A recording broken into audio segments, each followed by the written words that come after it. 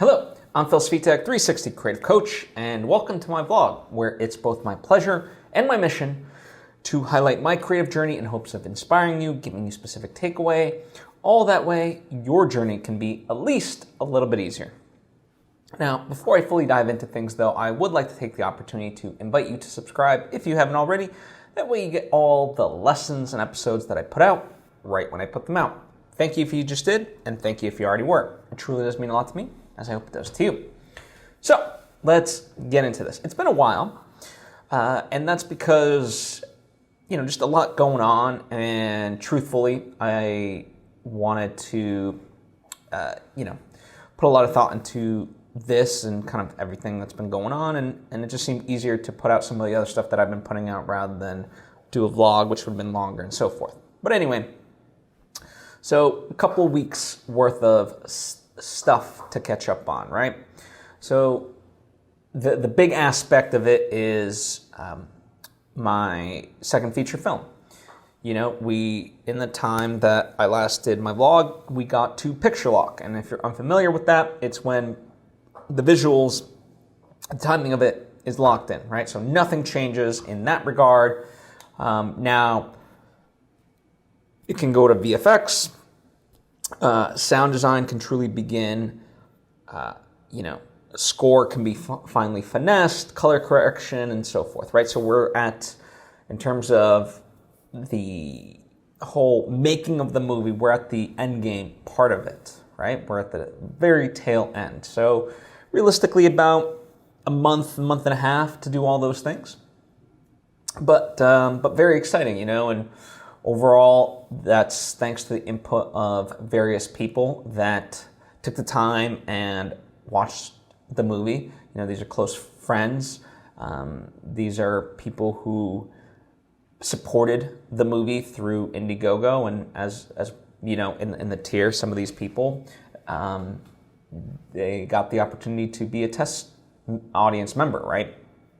And so, the version that they had seen was about 95 minutes, and the overall version that we ended up with is about 91 minutes, right?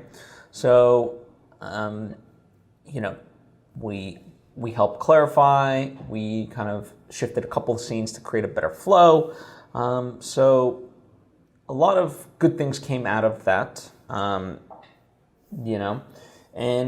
it's very interesting in terms of some of the responses you get. Because obviously people don't know what you have filmed versus what you don't, and so some notes sometimes are completely in opposition of what the movie's intent is, and when you're not trained in kind of feedback, then you can get some of those notes, but it's good because it's an honest reaction sometimes.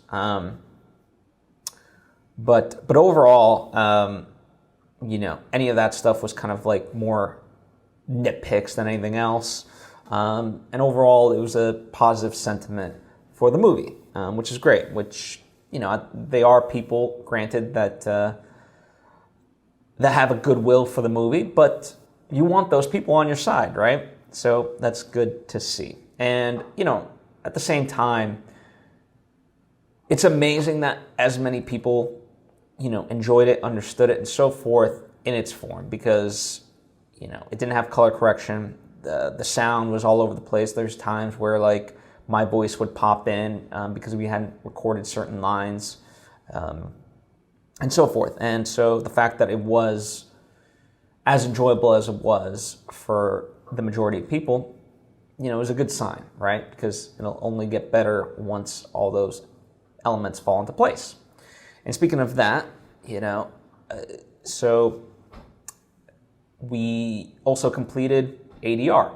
So ADR stands for, it basically means, the dialogue replacement that you would have in any movie. And this is typical of every movie you see. Sometimes it's because the original recording isn't as strong. Like, let's say you filmed in rain and there's just too much rain background. You want to get a cleaner version of it. Other times, it could be for the simple fact of you want to change up a line of dialogue, and clarify something, or whatever, for whatever reason. Generally it's when you see a reaction shot of somebody in a movie and you hear a line like that, might be an opportunity to throw in a line of dialogue that didn't exist in the original script. For us, as always, like all movies, it was a combination of both.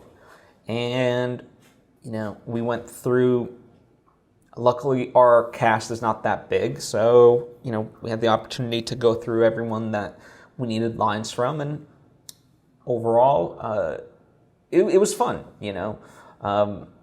Sometimes it can be a hit or miss part of the process, in that, you're literally trying to recreate a moment.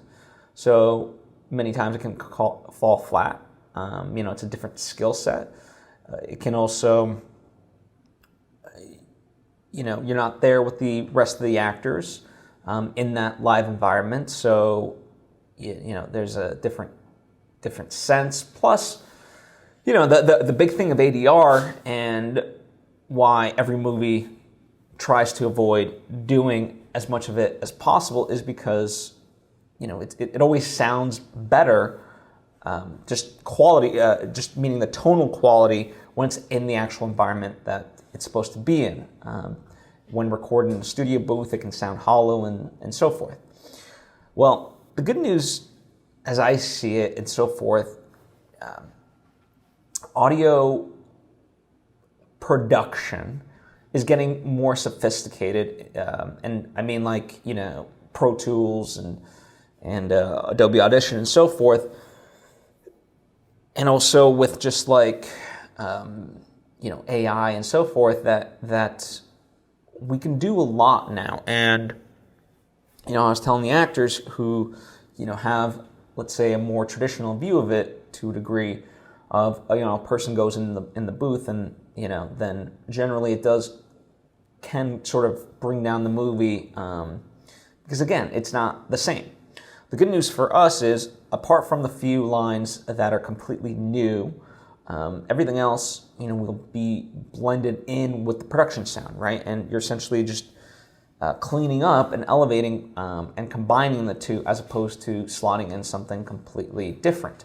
Plus, the way we did it, and that I think allows for more of this stuff and deliver better quality, is we recorded the indoor stuff indoor in similar environments like we did at the time, and then the outdoor stuff outdoor in similar environments like in the movie, which creates a better reverb. It creates better, it matches better overall. It doesn't take you out. It doesn't feel hollow. It doesn't feel like if I showed you a clip of something that wasn't ADR and something that was within a movie, you would be able to tell. If I really showed it to you, you would be able to tell. Now, in the moment, most audiences never know, right? And you want that, right? They're so engrossed in the movie and the story that it all just flows and becomes seamless, regardless of the actual quality of the audio in that sense, right? But when you know what to pay attention to, you can spot it, right? Luckily now we're bridging that gap where people won't be able to spot it more and more, right? And so, that's why I'm saying artificial intelligence, restoration, and so forth. These are all just tools in the toolkit, and that's why I'm a big advocate of knowing the technical side as well as the creative, is because then it allows for this aspect. You know how to utilize these tools to bring about what the ideal scenario of what you're looking for, right? And so that's really exciting, and in a way, it was fun to see all the actors. It's fun to go down memory lane. In many ways, you're kind of mocking the performance, because you're literally just trying to. The more you can mimic it, the better, right? But it becomes this fun, silly exercise of literally just repeating yourself, right? And so, yeah, and for me, from a recording standpoint, I had a Shure microphone, just a regular microphone. And then I had a Sennheiser lav, and then I also recorded with another lav that was connected to an iPad. So essentially getting 3 different mics all at the same time, so that way, whatever one sounded the best and matched the best, we had that tonal quality. So, it's been fun in that way.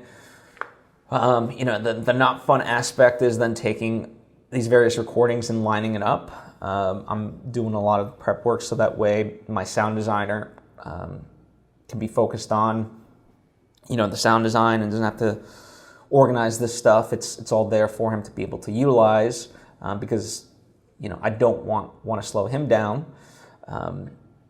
And luckily, sound design is also in progress, like all the rest of these things.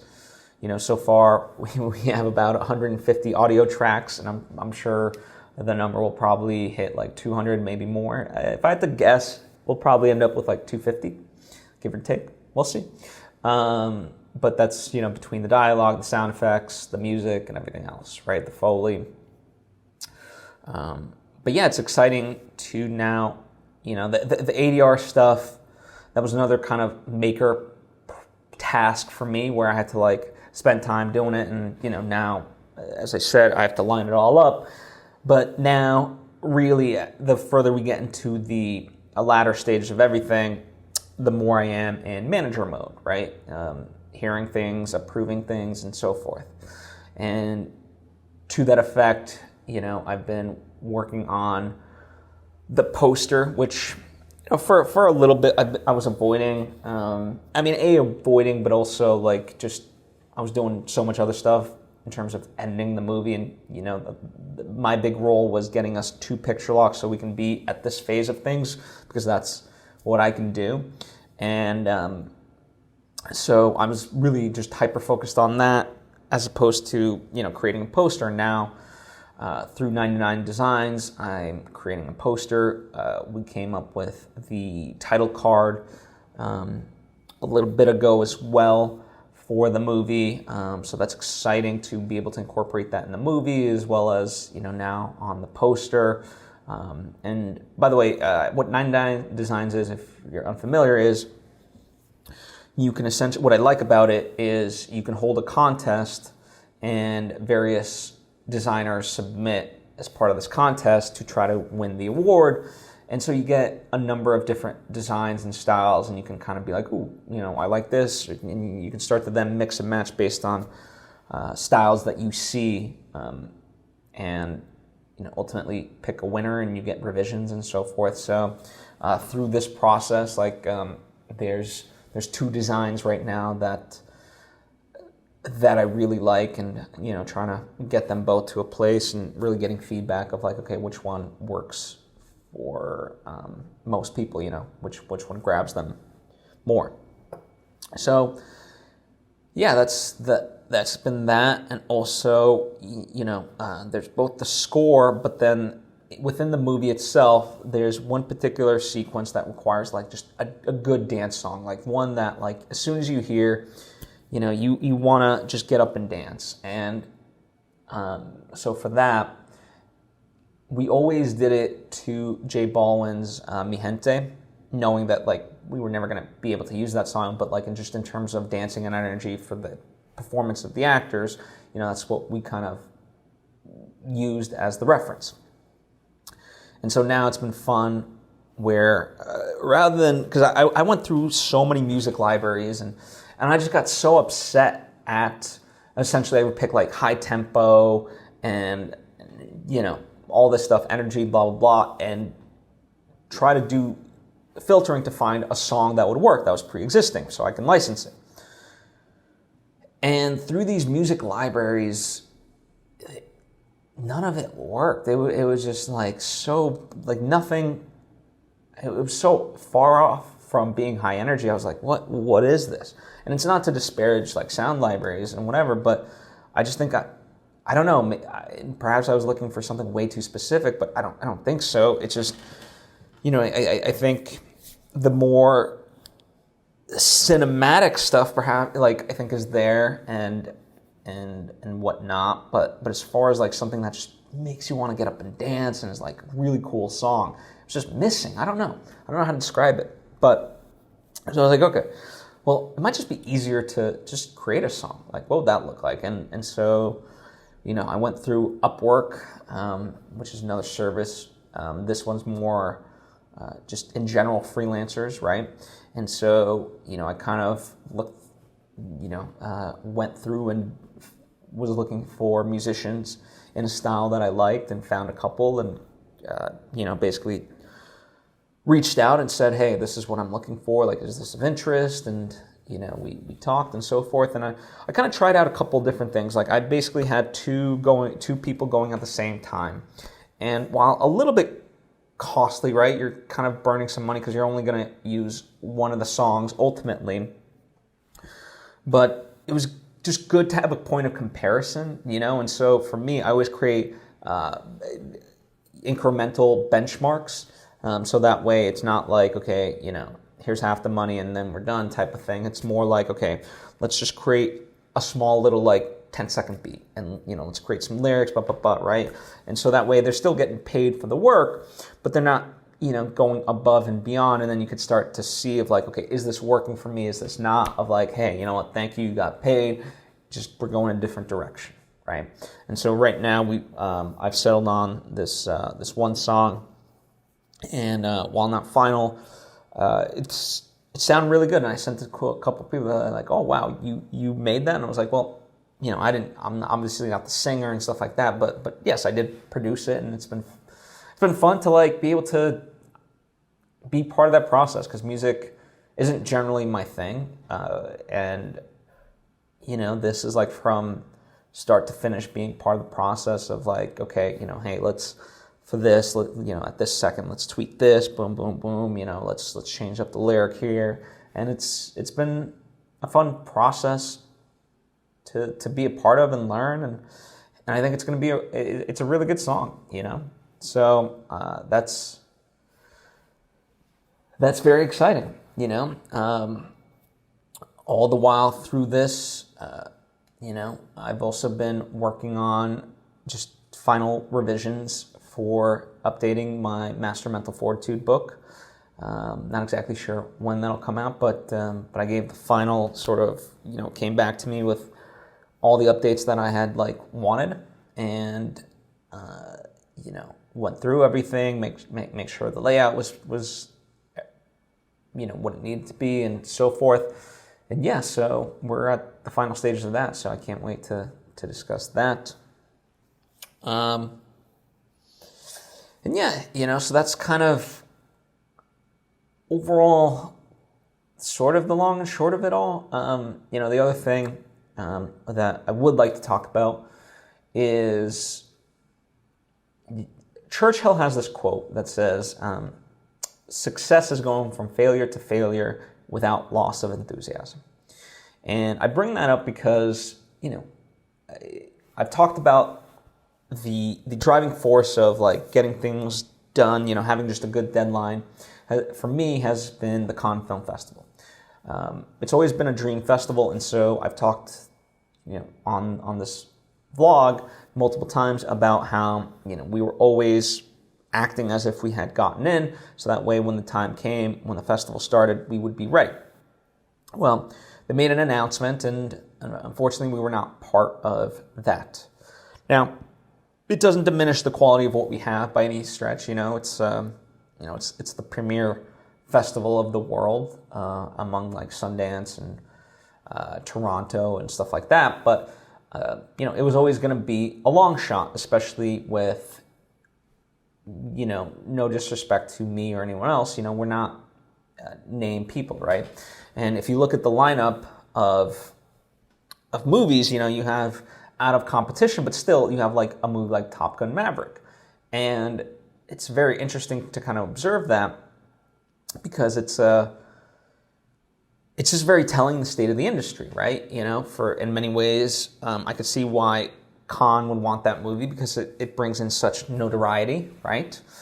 On the other hand, I could see why Tom Cruise and the filmmakers would want that movie at Cannes, just to, because it garners press. And It's like, well, why does Top Gun and Top Cruise need press in that regard? Well, because, you look at a movie like Michael Bay's Ambulance, and that demon scratched $10 million opening weekend.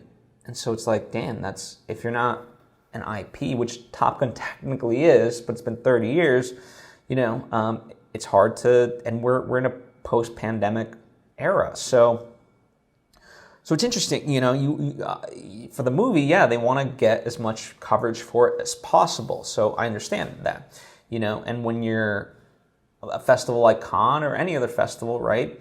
I imagine like there's going to be a lot of movies this year, as I see it, because a lot of filmmakers probably held out on film festival submissions during the pandemic, and now like you're going to get this wave, and so it's going to be a very competitive time, just in general. And for me, I never see that as negative. Like I said, to me, it doesn't diminish the quality, and there's multiple paths that this movie has for itself, and all of them are being explored by me.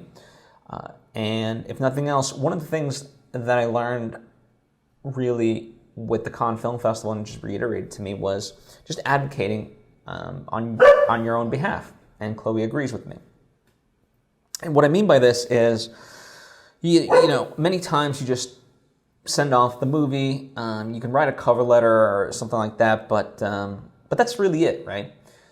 And the problem is, a lot of these festivals, they just get so inundated with submissions that the sad fact of the matter is most of the movies don't even get seen, right? And so knowing this sort of fact, I don't know, and it wasn't too late in the process, but I just decided, like, let me, a week before the official announcement, because I didn't know like when they actually made their selection, or when they would let us know necessarily. But I was like, let me just give them a call, and just and basically say like, hey, if you haven't yet seen my movie, just watch 20 minutes of it. If you enjoy it, keep going. If not, then don't select it, right? And I've been doing French on Duolingo for a number of years now, and so I was like, all right, it's also a good chance for me to practice my French. So I called them up. And yeah, they were nice, they were generous, and they said, yeah, they let me know that it wasn't selected, but it's not because of the quality. It's just they had all these other movies with. They're premiering a Cronenberg movie, right? And if you look at everybody that's made the Cannes Film Festival, they're like Oscar-winning directors, or like Cannes darlings, and international darlings, and so forth. But they said, yeah, so it has nothing to do with the quality of it. It's more so just the nature of the thing. And I was like, okay, well, I appreciate you at least having watched it, right? And in that mind, yeah, it just clicked of like, yeah, there's nothing. No one really tells you or teaches you, like, just interact with these people and really call them up. Don't be a nuisance, but in a friendly, positive, simple way. Just like, hey, I'm just calling on behalf of this movie. Just would like to know, and see what the status is. And if you haven't yet watched it, like, please do. And yeah, so that sort of reiterated that aspect for me. And, any filmmaker or friend that I know, I'm like, yeah, do that. Why not? And at the same time, as this is all happening, I'm looking at potential distributors, being a little bit, with my first movie, I was just kind of figuring out the lay of the land now. Not that obviously, like, to a degree I knew some of it, but like, I'm more of the technical side, and when it comes to the releasing and so forth, it's, especially like that was during the pandemic, so that was unknown, right? Now this is we're relatively more back to the traditional side of things, and obviously the landscape has changed because movies and theaters, how the business operates is vastly different now. But in general, I never looked at this movie as a theatrical run. I always looked at it as a streaming play, and so what are the distributors out there that could do it? So, in that sense, I always like to have two parallel paths going at the same time, and trying to, not necessarily acting upon it, but at least like research-wise, let's say, right? And so these are the various things now that I'm more in a manager mode I can start to do, right? As opposed to, sitting behind the computer editing the thing, right? So that's all exciting. And, I'm back to writing as well. I've been, my second novel, it was an excuse and it wasn't, like I said, I needed to be hyper-focused on the aspect of making this movie, especially under the notion that we were going to get into con, like it was going to be a very tight deadline. Now that we're not, it's a blessing and a curse, like that, we're not in the Cannes Film Festival because it would have been amazing, but we do get a little bit more breathing room to finesse, and the people that are doing this stuff, right? The sound designer, the composer, the colorist, and everybody else, the VFX artist, we can all collectively just, just deliver, in that sense, a better product, right? So yeah, that's exciting in that sense, and we're pushing forward. So looking forward to that, and all that to say was, I was not focused on writing. And even though there was time, it just, again, I just wanted really to focus on the movie, even if I was just kind of like laying in bed and watching TV for, 45 minutes or whatever, instead of, forcing myself to write. But now that I'm in manager mode, yeah, there's no real excuse for me not to and get back into it. And it can be hard when you've sort of been away from it, the writing process for a while, but it really is the aspect of, it's also, people forget, like, writing is also a physical thing. And so even just the act of, like, sitting down and, let's say, an hour a day, like, regardless of what you do, like, I forget who it is, but they say, like, even just write your name. If you're, like, just your body will get used to it. Your mind eventually will be like, okay, cool. I'm sitting down here. The point is to write this story. I've been just writing my name. So, okay, physically we're here, whatever. So why argue against type of thing? I don't know. It's both a mental as well as a physical thing. And you got to get back into it, right? There's no like, oh, okay, not feeling like writing today. I'll do it tomorrow. Like, no, the way to overcome that is to just do it like anything else, right? It's like if you just start going to the gym, the best way to do that is to, not when you feel like it, but just do it, right? So, yeah, that's kind of the long and short of where we are in this creatively. Lots going on, lots of things to be excited for, so I'll keep you updated as things continue. But overall, as far as the movie, in a month and a half, it should be done, and then it just depends on what festivals we decide to play that also are willing to have us, because that's the other thing, sometimes like there's certain festivals we apply to and just the nature of it, right? You get certain notification back earlier than others, but the bigger ones want sort of exclusivity and premiere status, and so it's like, okay, if that happens, then you have to, like, in a sense, withdraw from certain other ones because that would negate your premiere status, right? Which is fine. The only downside of that is, some of these bigger festivals, they're not for a little bit. They're not till like September, October-ish, right? And of course, selfishly, I want people to see the movie the next day after it's completed, type of thing. So, there's a bit of patience that goes into it, not just on my part, but obviously the actors and so forth. I'm sure they want that work out there to be as well. But it's all a balancing act, and so we'll see how it all goes. But nonetheless, it's exciting, and I'm excited for it. Thank you for taking the time to tune in. I certainly appreciate you. If you have any thoughts or questions, by all means, ask away down in the comments section or hit me up on social media at Svitek. Would love to converse with you. Likewise, through my Patreon page at patreon.com/PhilSvitek. That's an opportunity for us to have more direct interactions if you can't afford my coaching directly. it's a way for us to interact there, and yeah, take, me be able to help you out in the ways that you need. Also, I've been mentioning the stuff that I've got going on and created. All that stuff is linked to down below, so if you want to support any of that, my first movie's out, I got books out, things like that. So supporting that stuff helps support this, because by doing that, I learn various lessons and I can share them with you and make your journey hopefully a little bit easier. Anyway, thank you so much. I appreciate you and hope to see you next time.